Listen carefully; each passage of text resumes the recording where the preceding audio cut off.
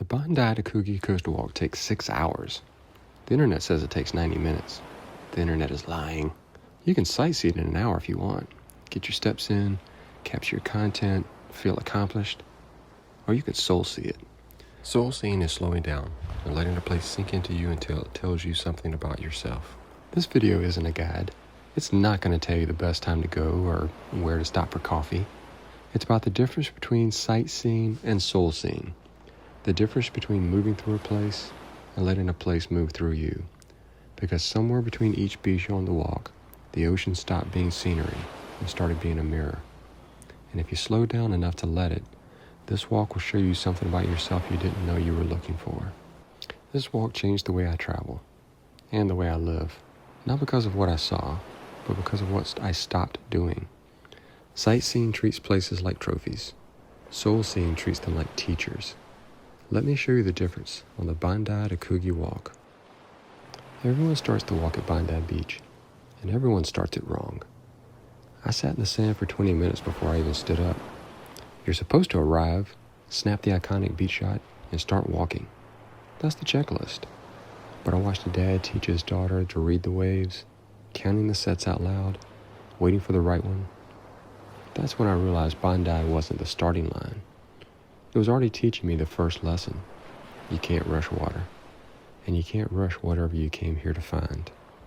The path climbs up from Bondi, and suddenly you're on the cliffs. Most people are already checking their pace, calculating how long until Bronte. I was just trying to remember the last time I let myself move without measuring it. Tamarama is the beach everyone walks past without stopping. I almost became one of them. It's small, wedged between cliffs, easy to dismiss as just another pretty cove on the way to somewhere better. But there was this older woman sitting alone on the sand, staring straight out at the horizon like she was waiting for an answer. I sat down 50 meters away and realized we were doing the same thing, using the ocean as a question mark. Tamarama doesn't show up on anyone's must-see list. And maybe that's exactly why it knows how to hold space for the things you're actually looking for. The walk between Tamarama and Bronte is less than 10 minutes if you're keeping time. I don't. There's something about the way the ocean keeps appearing and disappearing around each bend. Like it's teaching you that showing up isn't the same as staying present. Bronte is where everyone stops for the photo. I stayed for 2 hours and never took one. This is the postcard beach, the rock pool, the perfect crescent of sand, the families picnicking on the grass. It's designed for capturing and moving on.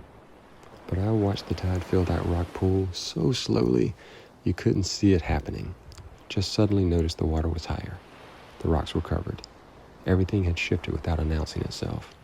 That's when Bronte stopped being a photo op and started being a mirror for how every quiet way I've changed without noticing. All the grief and growth that doesn't make it into the highlight reel. There's a cemetery on the walk that's between Bronte and Clovelly that everyone finds morbid. It's the most alive I've felt all day. Waverly Cemetery sits on the cliffs between Bronte and Coogee, headstones facing the ocean like they're still watching, still waiting. Most people speed past it, uncomfortable with death interrupting their scenic coastal experience.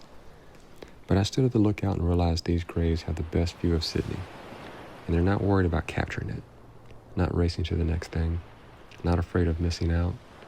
They've already learned what the walk keeps trying to teach us, that present isn't about how much you see, it's about how deeply you let yourself be seen by what's in front of you. Clovelly isn't technically on the Bondi to Coogee Walk. That's exactly why I went there. You have to veer off the main path, drop down through a quiet residential street. Most people don't bother because it's not part of the official route. But Clovelly is this narrow channel carved into the rocks, protected and calm, where the snorkelers float face down completely still, just breathing and watching the world beneath them. I sat at the edge of that channel and realized I'd been so focused on completing the walk the right way that I'd almost missed the detour that wasn't on anyone's map. The one that reminds you the best parts of any journey are the ones you choose for yourself, not the ones everyone else says you're supposed to see. Getting back to the coastal pass from Clovelly feels like returning from a secret, something you found on your own that no guidebook handed you. The final stretch to Coogee is not far, but it feels different now. You're not following the route anymore. You're finishing something you started. And there's a difference between those two things that I'm only just beginning to understand. Coogee is where the walk ends, but I've never actually finished here. Everyone arrives at Coogee ready to celebrate. You made it. You did the thing. Time to post and grab lunch and feel accomplished. But I sat at the edge of the water and realized the walk doesn't end when your feet stop moving. It ends when you finally admit what you came here carrying and what you're willing to leave in the sand. Coogee isn't a finish line. It's the moment you stop performing the journey and start living in whatever it showed you about yourself.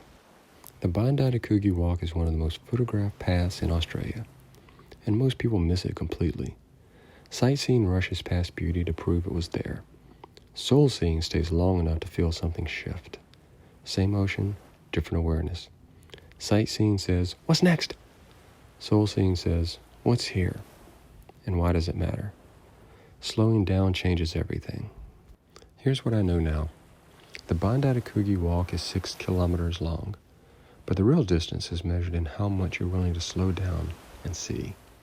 You can sightsee it in 90 minutes and leave with a full camera roll. Or you can soul see it, however long that takes, and leave with something that actually stays with you.